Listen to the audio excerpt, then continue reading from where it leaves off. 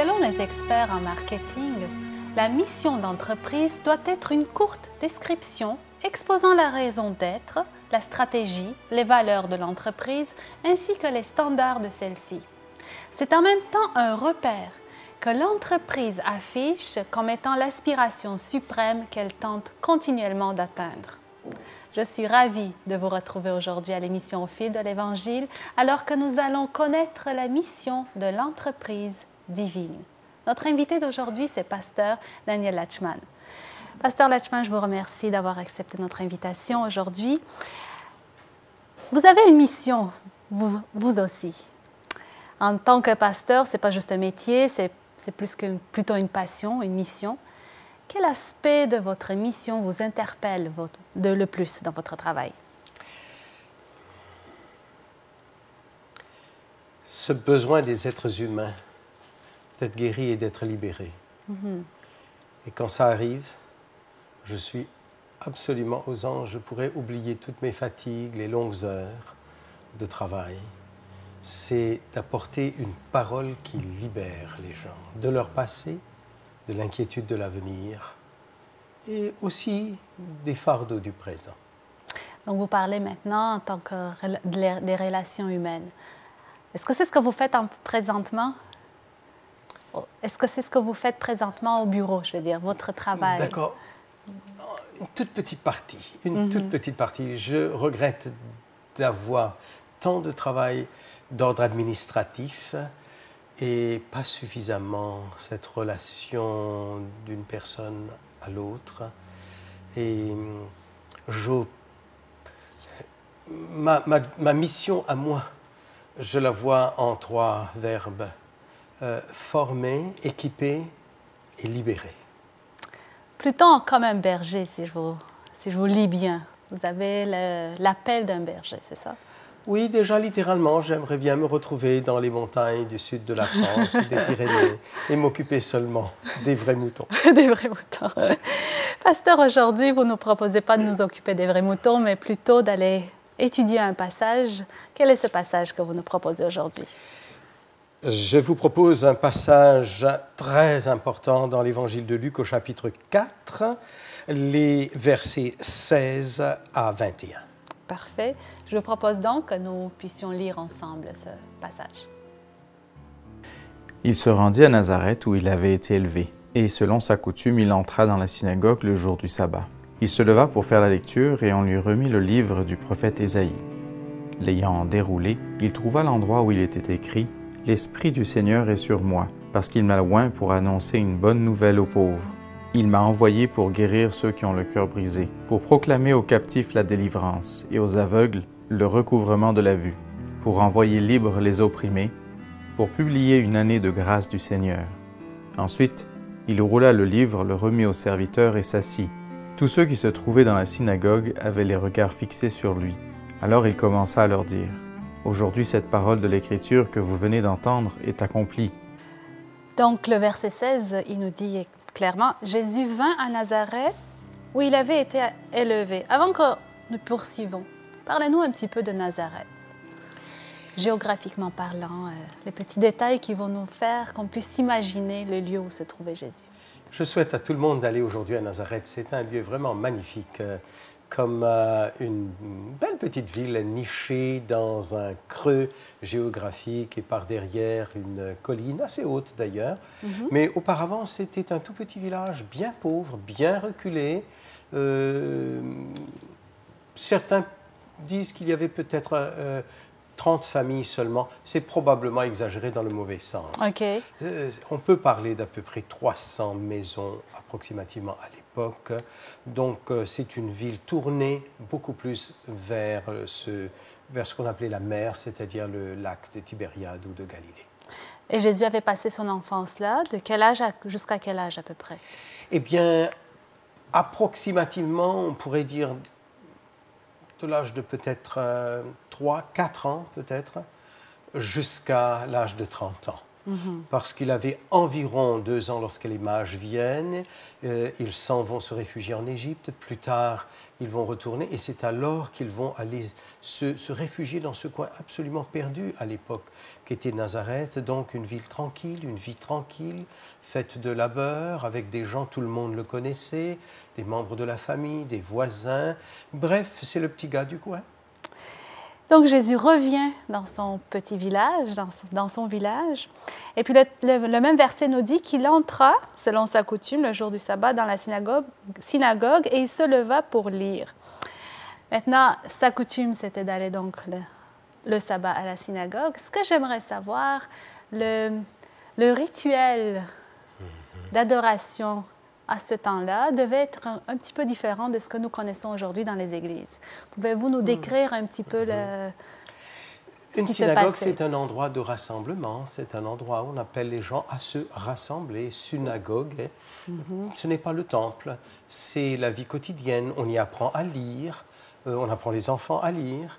Et puis, de préférence, le plus souvent, on y allait 3 fois par semaine, le mardi, le jeudi et le Shabbat, le samedi, pour entendre la lecture, toujours une lecture de la Torah, une partie qu'on lit en séquence des 5 premiers livres de la Bible. Et puis, le samedi, plus souvent, on n'a pas la preuve que c'était toujours comme cela, mais qu'on lisait une partie des prophètes. Et puis ensuite, quelqu'un, soit le lecteur lui-même ou quelqu'un d'autre, donnait un commentaire. Il y avait en général 3 personnes que l'on appelait tour à tour. C'était un honneur d'être appelé pour lire, là, du haut de cette chaire. C'était très cérémoniel. Jusqu'aujourd'hui encore, il y a une belle cérémonie dans certaines synagogues. Et puis, chose peut-être un peu ignorée, beaucoup plus de gens savaient lire qu'on veut bien l'admettre aujourd'hui. En tout cas, un enfant pouvait apprendre à lire parce que régulièrement, il allait à la synagogue durant la journée pour apprendre à lire la Torah, d'abord déchiffrer les lettres, etc. Donc, ce jour-là, on tend les rouleaux à Jésus, Jésus les prend et ça se trouve qu'on déroule le rouleau au livre du prophète Ésaïe. Il y a un petit aspect intéressant dans un verbe grec ici qui montre que lorsqu'on lui tend le rouleau d'Isaïe, ça c'est un peu le texte, le livre qu'il faut lire pendant ces jours-là, mais le petit verbe donne l'impression qu'il feuillette et qu'il va chercher. Oui. Et il trouve le texte. Il y a de l'intentionnalité et il va lire le texte parce qu'il est au début de son ministère. Il fait une déclaration de mission. Voilà ma raison d'être, pourquoi je suis venu. Voilà, et donc c'est ce qu'il fait. Il va citer, ou il va lire carrément Ésaïe, chapitre 61, versets 1 et 2. Maintenant, nous savons que cette prophétie-là le concerne. Il va le faire savoir à tout le monde avant que nous passions plus loin et que nous étudions vraiment ces 2 versets. Ce que j'aimerais savoir, savez-vous combien de prophéties y a-t-il à peu près qui concernent Jésus, qui ont été faites? Ça dépend de la lecture que l'on fait. On a tendance à parler de prophéties, des textes qui disent clairement quelque chose qui se trouve accompli dans la vie de Jésus. Donc, de ce côté-là, on dénombre selon la manière de voir entre 39 à 57. Certains y voient beaucoup plus. Lorsque je lis la Bible et tout l'Ancien Testament, tout est prophétie, tout est tourné vers Jésus. Donc l'Ancien Testament guide vers le Nouveau Testament, vers l'arrivée de Jésus, c'est ça? Le Nouveau Testament, d'ailleurs, n'est qu'un commentaire inspiré de l'Ancien Testament. L'Ancien Testament, tous les prophètes, à partir de Moïse, vont attirer l'attention dans les paroles, les gestes, les rites. Il y a différentes choses qui attirent l'attention vers le point focal de l'univers. Donc, en fait, il y a beaucoup de prophéties où il y a beaucoup de gestes qui guident et qu'on ne peut pas nécessairement compter. C'est ça que vous êtes en train de me dire? Absolument. Le nombre 31, 57, c'est... Mais ceux que l'on peut identifier très clairement, eh bien, Tous mes os peuvent être comptés. Il partage au sort mes vêtements. Psaume 22. Celui qui a mangé mon pain lève le talon contre moi. Mon ami, mon confident me trahit. Il naîtra à Bethléem. Il y a comme ça des dizaines et des dizaines de prophéties. Du point de vue mathématique, nous arrivons là à une coïncidence qui dépasse ce que ce mot veut dire, parce que tant de prophéties qui se trouvent réalisées aussi exactement dans sa vie ne relèvent pas de la coïncidence. C'est ça. Donc, les probabilités mathématiques qu'une personne puisse réunir toutes ces prophéties auraient été nulles, pratiquement, ou un chiffre très grand, ce qui nous prouve à nous que Jésus était le Fils de Dieu. Donc, tout ça, ça a été planifié et voulu, si je comprends bien. Et c'est pour cela que j'avais posé d'ailleurs la question. Maintenant, revenons au texte, à ce que nous voulons discuter. Donc, ce que Jésus va dire dans ces deux versets, tout d'abord, il commence en disant « L'Esprit du Seigneur est sur moi, c'est pourquoi il m'a oint pour annoncer l'Évangile aux pauvres. » Peut-être qu'on peut couper même ça en deux. Ce que j'aimerais avoir de votre part, c'est peut-être une explication de chaque point de sa mission. Donc, si on s'arrête, l'Esprit du Seigneur est sur moi. C'est pourquoi il m'a oint. Oui, c'est très intéressant. Nous l'appelons Jésus-Christ. Et l'ange Gabriel avait annoncé à Marie qu'on l'appellera du nom de Jésus, qui veut dire sauveur. Ce n'est pas un nom propre d'abord, c'est un nom commun, c'est un titre, c'est une fonction d'être sauveur. On l'appelle aussi Jésus-Christ, qui vient d'un mot grec que ceux qui sont d'origine catholique peuvent comprendre très facilement. On a aujourd'hui dans certaines églises ce qu'on appelle le Saint-Crème, C-H-R-E, accent circonflexe M-E, l'huile sainte, l'huile de l'onction, appelée Jésus-Christ, c'est celui qui a été oint.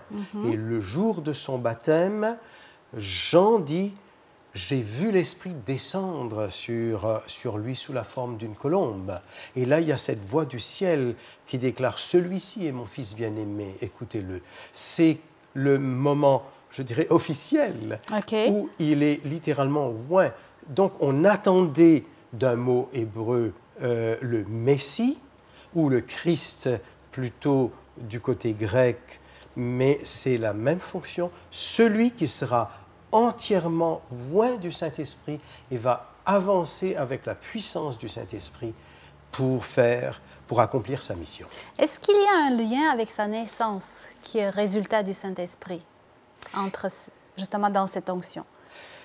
Lorsque l'ange Gabriel dit à Marie, il dit « L'enfant qui naîtra de toi sera appelé enfant de Dieu, fils de Dieu, parce que l'Esprit du Seigneur sera sur toi et tu enfanteras un fils. » C'est Jésus vraiment incarne ce seul être qui réunit l'humanité et la divinité. C'est bien Dieu qui vient, mais qui se dépouille de toute sa gloire et sa puissance. Il est comme un être humain totalement, mais vivant entièrement dans la dépendance de l'Esprit Saint. Il est vraiment celui qui est oint pour une mission. Pour une mission, c'est ça. OK. Donc, cette mission-là, ça commence tout de suite après. Le passage nous dit « pour annoncer l'Évangile aux pauvres ». Ce que j'aimerais savoir, c'est comment il a accompli cette mission, qu'est-ce qu'il a fait, des exemples, des histoires qui peuvent nous servir d'exemple par la suite. Le mot évangile vient d'un mot grec euangelion qui veut dire bonne nouvelle. J'ai été mis à part et j'ai reçu pleinement le Saint-Esprit, dit-il, pour une mission bien particulière, d'abord pour annoncer la bonne nouvelle aux pauvres. Cela rappelle, plus loin il va parler pour publier une année de grâce. En Israël, il y avait quelque chose que Moïse avait demandé, que chaque 50 ans, il y ait l'année de jubilé. Quelles que soient les dettes que l'on pouvait avoir, tout était remis à zéro On va y revenir plus tard, parce que ça a rapport avec la libération. Alors, le côté pauvre, justement, ouais. est très important là-dedans, parce que l'exploitation des grands seigneurs sur les petits, et puis ceux qui peuvent se souvenir dans leur histoire de l'époque des seigneurs et des serfs en France, la terre appartenait toujours aux seigneurs. Pourquoi? Parce que très facilement, on peut exploiter les pauvres. Je vois le lien maintenant. Okay. Donc, les pauvres, 80, voire 90% des gens à l'époque étaient des pauvres.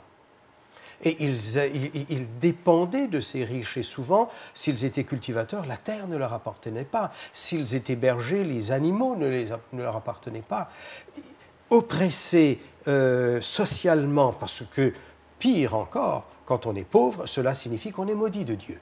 Okay. Et qu'on l'a bien mérité pour être pauvre. Alors ça, c'est dans quelle culture? Dans leur culture, dans la culture judaïque? Tout le bassin du Moyen-Orient. OK. Absolument tout le bassin, tout le croissant fertile, comme on le disait à l'époque. Moi qui suis en partie d'origine de l'Inde, je peux absolument comprendre cela. Okay. Et quand j'étais petit, je pouvais percevoir un peu cette espèce de légère différence qu'il y a entre les uns et les autres. Le système de caste. Oui, oui, en Inde, c'est très... Et les pauvres, ben, c'est la majorité. Je suis venu apporter une bonne nouvelle aux pauvres. Donc, il s'adresse à ceux qui sont vraiment délaissés. Maintenant, parle-t-il seulement des pauvres matériellement ou d'une autre sorte de pauvreté? J'ai tendance à croire qu'ici, il parle d'abord des pauvres matériellement. OK. Parce qu'ils n'ont pas d'espérance, aucune espérance que leur vie pourrait être améliorée. De génération en génération, c'est comme cela, on est maudit de Dieu. Okay. Toutefois, dans Matthieu au chapitre 5, dans ce que l'on appelle le sermon sur la montagne, eh bien là, Jésus montre que la pauvreté est aussi autre chose, la pauvreté en esprit, c'est-à-dire ceux qui ne se gaussent pas de leur savoir, ne se satisfont pas de « moi je connais tout, je maîtrise tout, je peux tout expliquer », mais ceux qui ont cette attitude de non-savoir et d'attente. Heureux les pauvres en esprit, car le royaume des cieux est à eux. Toujours prêt à apprendre, c'est ça, apprendre quelque chose de nouveau. Paradoxalement, pas forcément paradoxalement, mais le Seigneur Jésus avait dit aussi, il est beaucoup plus facile à un chameau de passer par le chat d'une aiguille qu'à un riche d'entrer dans le royaume des cieux. Tout le monde comprend très bien qu'aujourd'hui, plus que jamais, les pays extrêmement riches, comme chez nous ici au Québec et au Canada, eh bien, quand on a apparemment besoin de rien, pourquoi aurions-nous besoin d'un Dieu? À la limite, il nous dérangerait dans notre liberté de faire ce qu'on voudrait. Mais quand on est pauvre et qu'on manque de l'essentiel, on est plus ouvert à la réalité éternelle, que cette vie, ce n'est pas tout. Tout à fait, tout à fait. Et c'est ce qui nous arrive à nous tous d'ailleurs. Ensuite, il dit qu'il m'a envoyé pour guérir ceux qui ont le cœur brisé. Quel est cet aspect de cette mission? J'aime énormément ce passage. Si on retrouve le texte hébreu de Ésaïe, où il est question vraiment d'un traumatisme.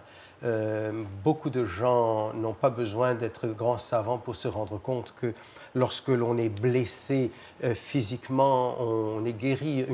Un membre brisé peut retrouver sa force après guérison, mais une souffrance morale, quand elle est importante, il suffit de l'évoquer 40 ans après pour que la personne immédiatement ressente les émotions. Ressente comme si le temps n'a fait aucune différence. Il y a un traumatisme de l'être et un traumatisme intérieur de ces souffrances que presque tout le monde, sinon tous, nous avons d'une manière ou d'une autre.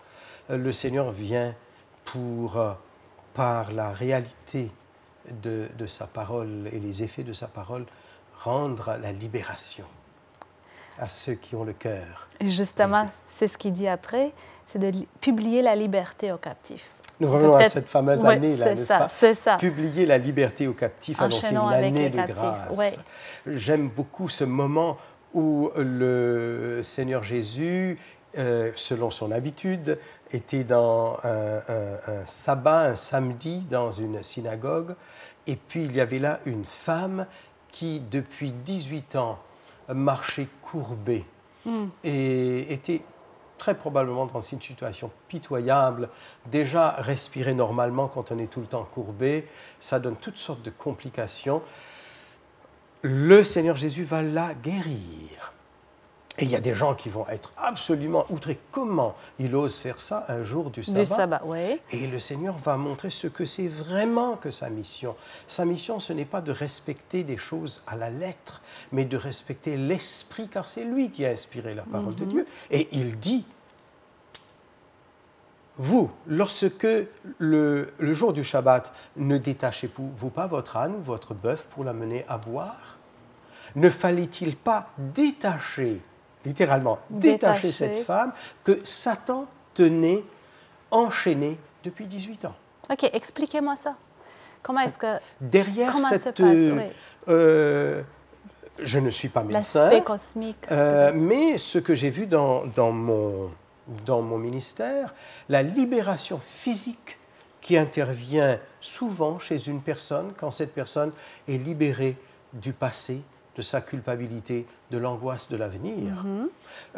Au début de son ministère, il y a quelqu'un qui est paralysé, qui n'arrive pas à s'approcher de Jésus. Ses compagnons vont faire toutes sortes d'efforts pour le faire descendre par le toit. Et le Seigneur le regarde et lui dit quelque chose qui semble à côté de ce qu'il est venu chercher. Il lui dit, « Prends courage, tes péchés te sont pardonnés. » C'est bien beau, mais moi, c'est la guérison physique que je suis venu chercher. On a envie de mettre ça chez cet homme, mais il semblerait que non, pas du tout. On pourrait imaginer que cet homme retrouve déjà une vraie libération. Et ensuite, Jésus le guérit. Lorsque les autres contestent, comment on ose dire « tes péchés te sont pardonnés ». Il n'y a que Dieu qui peut pardonner les péchés. Jésus leur dit, avec peut-être un petit clin d'œil, « Dites, qu'est-ce qui est plus facile, de dire tes péchés sont pardonnés ?» Ça, n'importe qui peut le dire, autrement dit. Absolument, parce qu'on ne peut pas vérifier la réalité. Ça.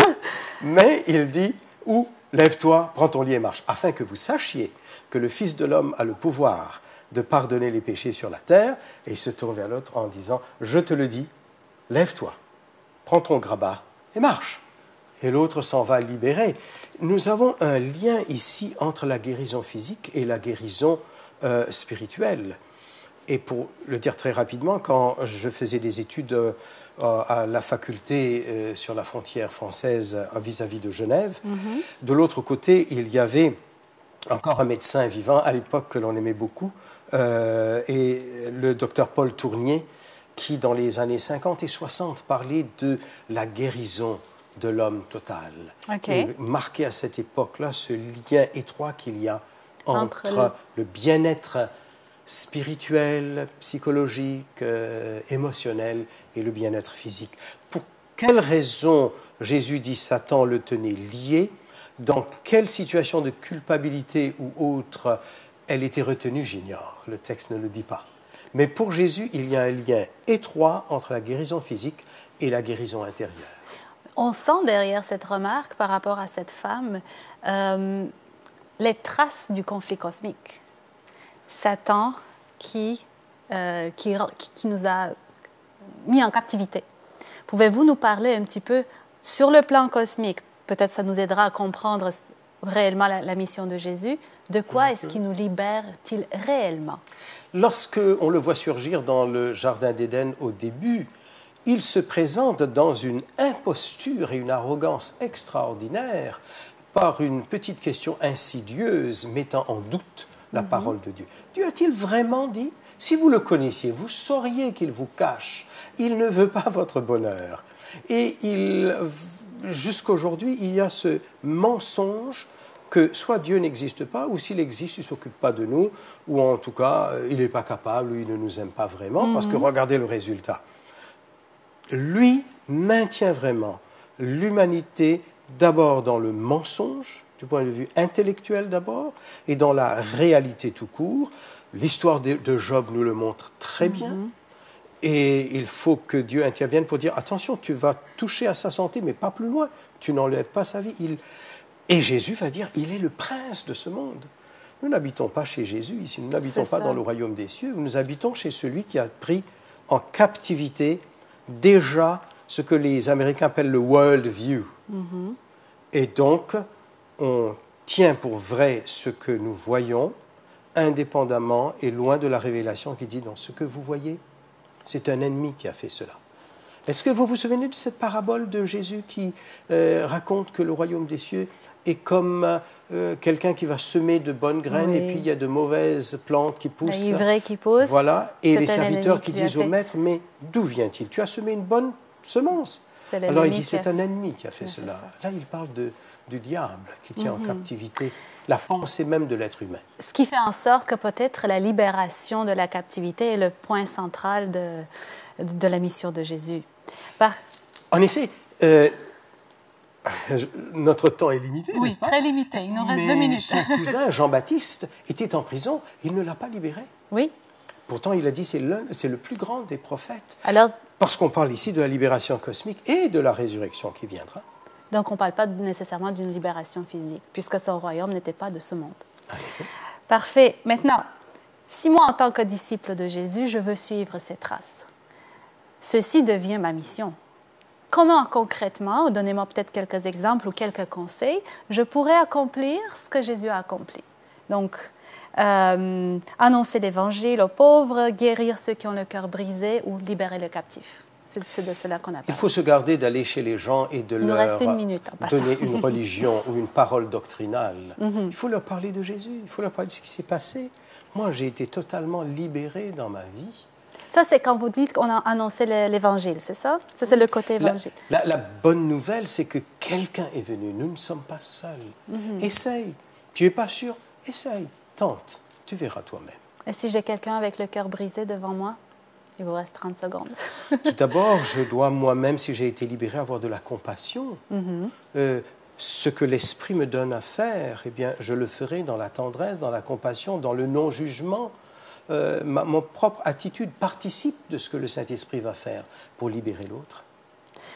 Je peux le conduire à travers sa démarche? Je peux lui parler ou est-ce que je dois faire appel à des experts, me dire, OK, je ne peux pas te libérer, tu as le cœur brisé? N'importe qui peut dire, comme un démoniaque qui avait été libéré, qui supplie Jésus, laisse-moi rester avec toi. Jésus dit non, rentre chez toi, raconte ce que Dieu a fait pour toi. Racontez ce que Dieu a fait pour vous, tout simplement, et laissez la parole de Dieu faire. Il y a un seul Jésus, n'essayons pas d'être Jésus. Avez-vous eu cette expérience Cela fait si longtemps, depuis 1970, que je travaille, et il y a tellement de gens que j'ai vu libérer. C'est un bonheur extraordinaire de voir quelqu'un apparaître dans ma vie 15 ans ou 20 ans après en disant « Vous vous souvenez ?» Je ne m'en souviens plus du tout. Mais eux, à travers moi, ont bénéficié d'une parole qui les a libérés. Ce n'est pas moi, c'est le Seigneur. Merci, pasteur, beaucoup pour vos explications, pour votre guide à travers les Écritures. Aujourd'hui, j'aurais un petit exercice à vous proposer. Pourquoi ne pas prendre les éléments que nous avons étudiés aujourd'hui, donc qui se trouvent dans l'Évangile de Luc, chapitre 4, versets 18 et 19, les écrire sur un petit bout de papier, que vous poserez peut-être quelque part, à un endroit que vous voyez souvent, et ça vous rappellera quelle est votre raison d'être. Ce petit bout de papier me rappellera aussi que si jamais je suis dans le besoin, tout ce que Jésus a fait il y a 2000 ans, il le fera encore pour moi aujourd'hui. Il me fera plaisir de vous retrouver à une prochaine émission au fil de l'Évangile.